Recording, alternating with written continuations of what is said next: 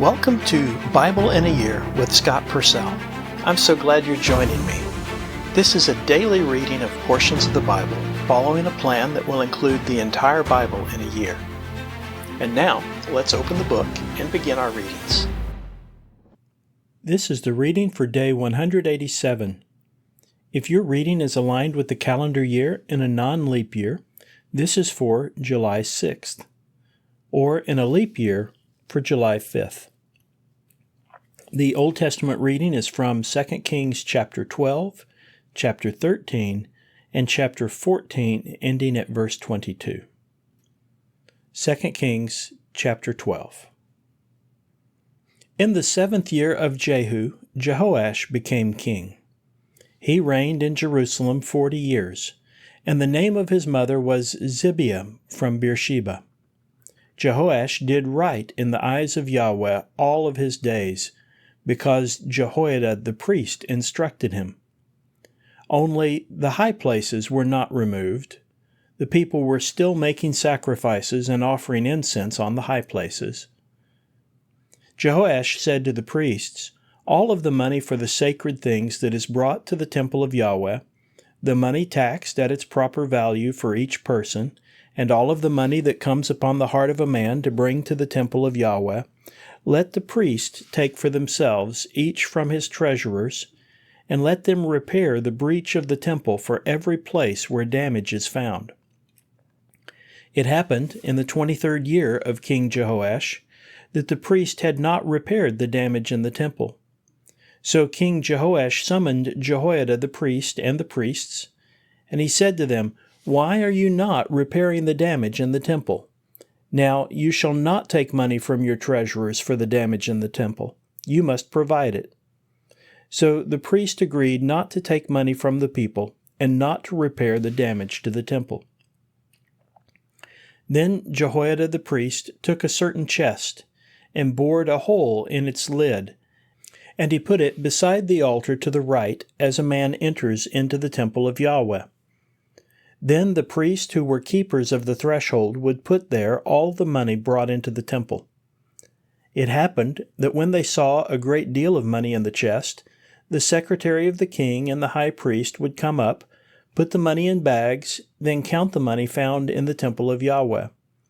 They placed the money, which was weighed out, into the hands of the workers who were appointed over the temple of Yahweh, and they paid it to the skilled craftsmen of wood, and to the builders working on the temple of Yahweh, and to the masons and the stone cutters to buy timber and stones for hewing, in order to repair the damage of the temple of Yahweh, and for all who went to the temple to repair it. Only for the temple of Yahweh there were not any silver basins, snuffers, bowls for drinking wine, trumpets, or any vessel of gold or silver from the money being brought to the temple of Yahweh. For they gave that to all the workers, and they repaired the temple of Yahweh with it. They did not have to settle accounts with the men into whose hands they placed the money to give it to the workers, for they were dealing honestly.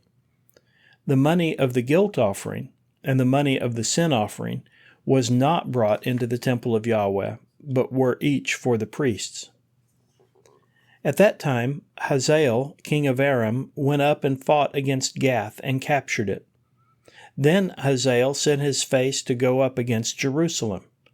Jehoash, king of Judah, took all of the holy objects that Jehoshaphat, Joram, and Ahaziah, his ancestors, the kings of Judah, had devoted, and all his holy objects, and all of the gold found in the treasuries of the temple of Yahweh, and in the palace of the king, and he sent them to Hazael, king of Aram, so that he went up from Jerusalem.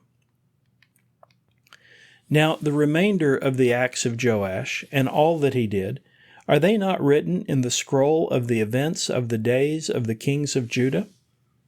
Then his servants arose and conspired and killed Joash in the house of the Millo as he was going down toward Silla. Jozabad, the son of Shemiath, and Jehozabad, the son of Shomer, his servants, struck him and killed him.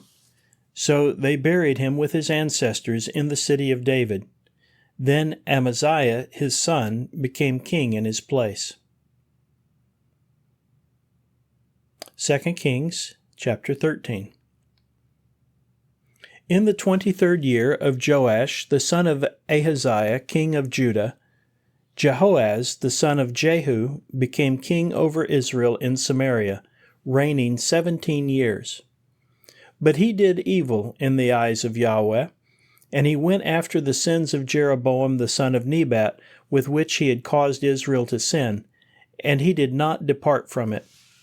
So the anger of Yahweh was kindled against Israel, and he gave them into the hand of Hazael king of Aram, and into the hand of Ben-Hadad the son of Hazael repeatedly.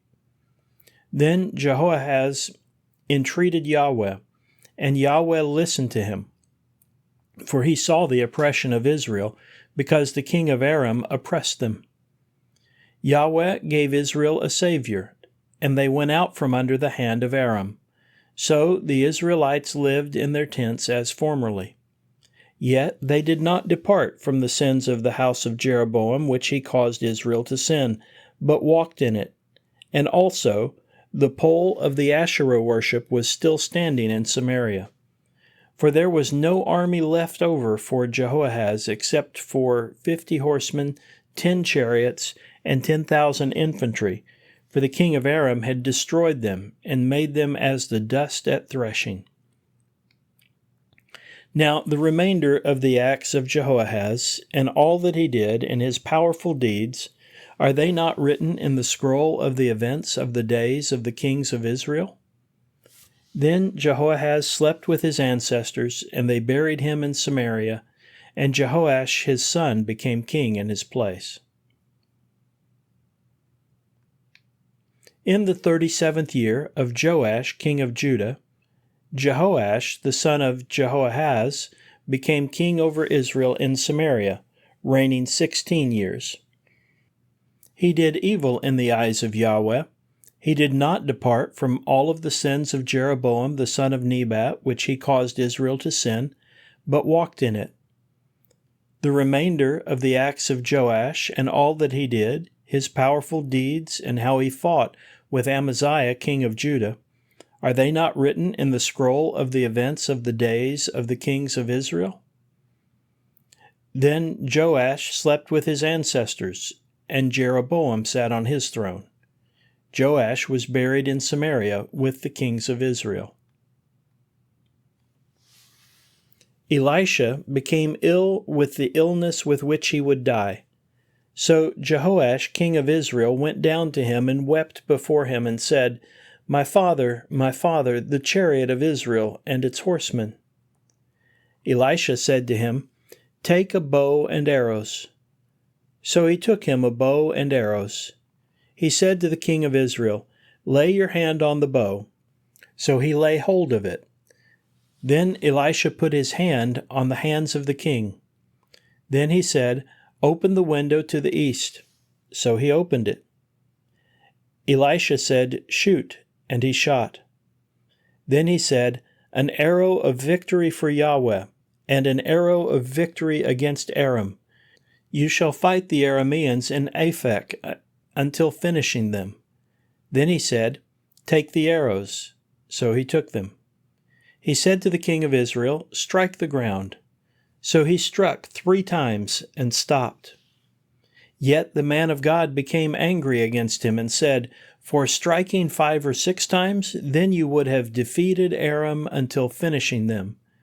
But now you will defeat Aram only 3 times. Elisha died, and they buried him.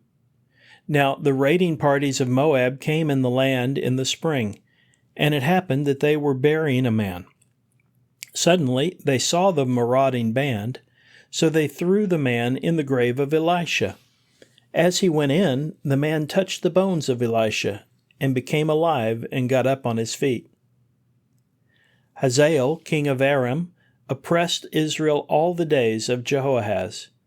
But Yahweh had mercy on them, and showed compassion to them, and turned to them because of his covenant with Abraham, Isaac, and Jacob. He was not willing to destroy them, nor cast them from his presence up to now.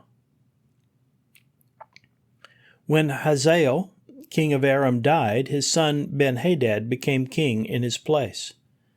Joash, the son of Jehoahaz, returned and took the cities from the hand of Ben-Hadad, the son of Hazael, that he had taken from the hand of Jehoahaz his father in the war. 3 times Joash defeated him and recovered the towns of Israel. 2 Kings chapter 14. In the 2nd year of Jehoash, the son of Jehoahaz, king of Israel, Amaziah, the son of Joash, king of Judah, began to reign. He was 25 years old when he began to reign, and he reigned 29 years in Jerusalem.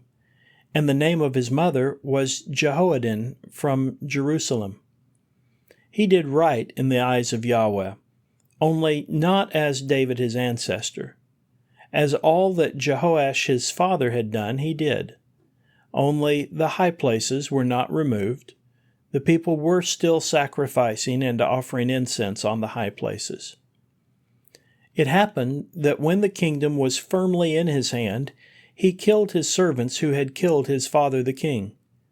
But the sons of the killers he did not kill, as it is written in the scroll of the law of Moses which Yahweh had commanded, saying, Fathers should not be killed because of children, and children should not be killed because of fathers, but a man should die because of his own sin. He also killed 10,000 Edomites in the valley of Salt, and he seized Selah in the battle, and he called its name Joktiel until this day. Then Amaziah sent messengers to Jehoash the son of Jehoahaz, the son of Jehu, king of Israel, saying, Come, let us meet face to face. So Jehoash, the king of Israel, sent to Amaziah, saying, The thorn bush which is in Lebanon sent to the cedar which is in Lebanon, saying, Give your daughter to my son as wife. But an animal of the field which is in Lebanon passed by and trampled the thorn bush. You have indeed defeated Edom, and your heart is lifted up. Enjoy the honor and stay home. Why should you provoke trouble so that you fall and Judah with you? But Amaziah would not listen. So Jehoash, king of Israel, went up, and they met face to face, he and Amaziah, king at Judah, at Beth-Shemesh, which belongs to Judah. Judah was defeated before Israel, and they fled, each to his tent. Jehoash, king of Israel, captured Amaziah, king of Judah, the son of Jehoash, the son of Ahaziah, at Beth-Shemesh. Then they came to Jerusalem, and he broke down the wall of Jerusalem from the gate of Ephraim up to the corner gate, 400 cubits. He also took all of the gold and silver and all the vessels found in the temple of Yahweh and in the treasury rooms of the palace of the king, as well as the hostages. Then he returned to Samaria. Now the remainder of the acts of Jehoash that he did, and his powerful deeds, and how he fought with Amaziah king of Judah, are they not written on the scroll of the events of the days of the kings of Israel? Then Jehoash slept with his ancestors, and was buried in Samaria with the kings of Israel, and Jeroboam his son reigned in his place. Amaziah, the son of Jehoash, king of Judah, lived 15 years after the death of Jehoash, the son of Jehoahaz, king of Israel. The remainder of the acts of Amaziah, are they not written on the scroll of the events of the days of the kings of Judah? They conspired against him in Jerusalem, so he fled to Lachish. But they sent men after him to Lachish, and they killed him there. Then they carried him on the horses, and he was buried in Jerusalem with his ancestors in the city of David. All of the people of Judah took Azariah, who was 16 years old, and made him king in place of his father Amaziah. He rebuilt Elath and restored it to Judah after the king slept with his ancestors. The New Testament reading is from Acts chapter 25, from verse 1 to verse 22. Acts 25. Now when Festus set foot in the province, after 3 days he went up to Jerusalem from Caesarea. And the chief priest and the most prominent men of the Jews brought charges against Paul to him, and were urging him, asking for a favor against him, that he summon him to Jerusalem, because they were preparing an ambush to do away with him along the way. Then Festus replied that Paul was being kept at Caesarea, and he himself was about to go there in a short time. So he said, "Let those among you who are prominent go down with me, and if there is any wrong in the man, let them bring charges against him." And after he had stayed among them not more than 8 or 10 days, he went down to Caesarea. On the next day he sat down on the judgment seat and gave orders for Paul to be brought. And when he arrived, the Jews who had come down from Jerusalem stood around him, bringing many and serious charges that they were not able to prove, while Paul said in his defense, "Neither against the law of the Jews, nor against the temple, nor against Caesar have I sinned with reference to anything." But Festus, because he wanted to do a favor for the Jews, answered and said to Paul, "Are you willing to go up to Jerusalem to be tried before me there concerning these things?" But Paul said, "I am standing before the judgment seat of Caesar, where it is necessary for me to be judged. I have done no wrong to the Jews, as you also know very well. If, then, I am doing wrong and have done anything deserving death, I am not trying to avoid dying. But if there is nothing true of the things which these people are accusing me, no one can give me up to them. I appeal to Caesar." Then Festus, after discussing this with his council, replied, "You have appealed to Caesar you will go." Now, after some days had passed, King Agrippa and Bernice arrived at Caesarea to welcome Festus. And while they were staying there many days, Festus laid out the case against Paul to the king, saying, "There is a certain man left behind by Felix as a prisoner, concerning whom, when I was in Jerusalem, the chief priest and the elders of the Jews presented evidence, asking for a sentence of condemnation against him. To them I replied that it was not the custom of the Romans to give up any man before the one who had been accused met his accusers face to face and received an opportunity for a defense concerning the accusation. Therefore, when they had assembled here, I made no delay. On the next day I sat down on the judgment seat and gave orders for the man to be brought. When they stood up, his accusers began bringing no charge concerning him of the evil deeds that I was suspecting, but they had some issues with him concerning their own religion, and concerning a certain Jesus who was dead, whom Paul claimed to be alive. And because I was at a loss with regard to the investigation concerning these things, I asked if he was willing to go to Jerusalem and to be judged there concerning these things. But when Paul appealed that he be kept under guard for the decision of His Majesty the Emperor, I gave orders for him to be kept under guard until I could send him to Caesar. So Agrippa said to Festus, "I want to hear the man myself also." "Tomorrow," he said, "you will hear him." The wisdom literature reading is from Psalm 81, from verse 1 through verse 7. Psalm 81. For the music director, on the Gittith of Asaph. Shout out to God our strength. Shout joyfully to the God of Jacob. Lift up a song and strike the tambourine, the pleasant lyre, together with the harp. Blow the horn at new moon, at full moon, for our feast day, because it is a statute for Israel, an ordinance of the God of Jacob. He made it a statute in Joseph when he went out against the land of Egypt, where I heard a language I did not know. I removed his shoulder from a burden, his hands were freed from the basket. In this trouble you called, and I rescued you. Within the secret place of thunder, I answered you. I tested you at the waters of Meribah. This concludes the reading for day 187. Thank you for listening. These daily readings are made possible by your generous support of the global outreach ministry of Scott Purcell. To partner with us and enable this work and others like it, please visit huttobible.com/give and select Go Pastor Support from the fund list.